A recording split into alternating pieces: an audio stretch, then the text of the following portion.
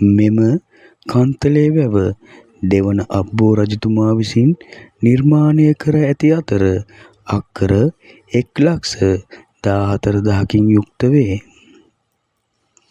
මෙහි ප්‍රධාන බැම්මේ දිග මීටර් 2,524යි අඩි 8,280කින් යුක්ත වේ.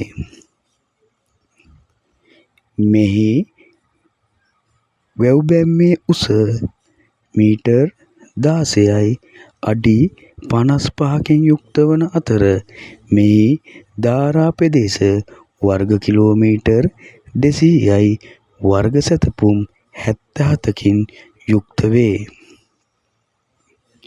මෙම වැව් බැම්මේ උඩ මට්ටම මීටර් 64ක් වන අතර පෝෂක ප්‍රදේශ සඳහා වී අක්කර 15,200කුත් අක්කර 9,000කින් ජලය යටවනු ඇත.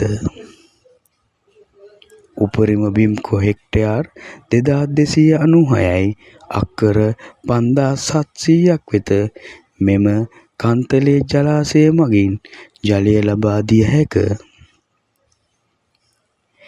මෙම වැවේ දොරටු සංඛ්‍යාව 10කින් යුක්ත වන අතර වානේ දිග මීටර් 45යි අඩි 150කින් යුක්ත වේ.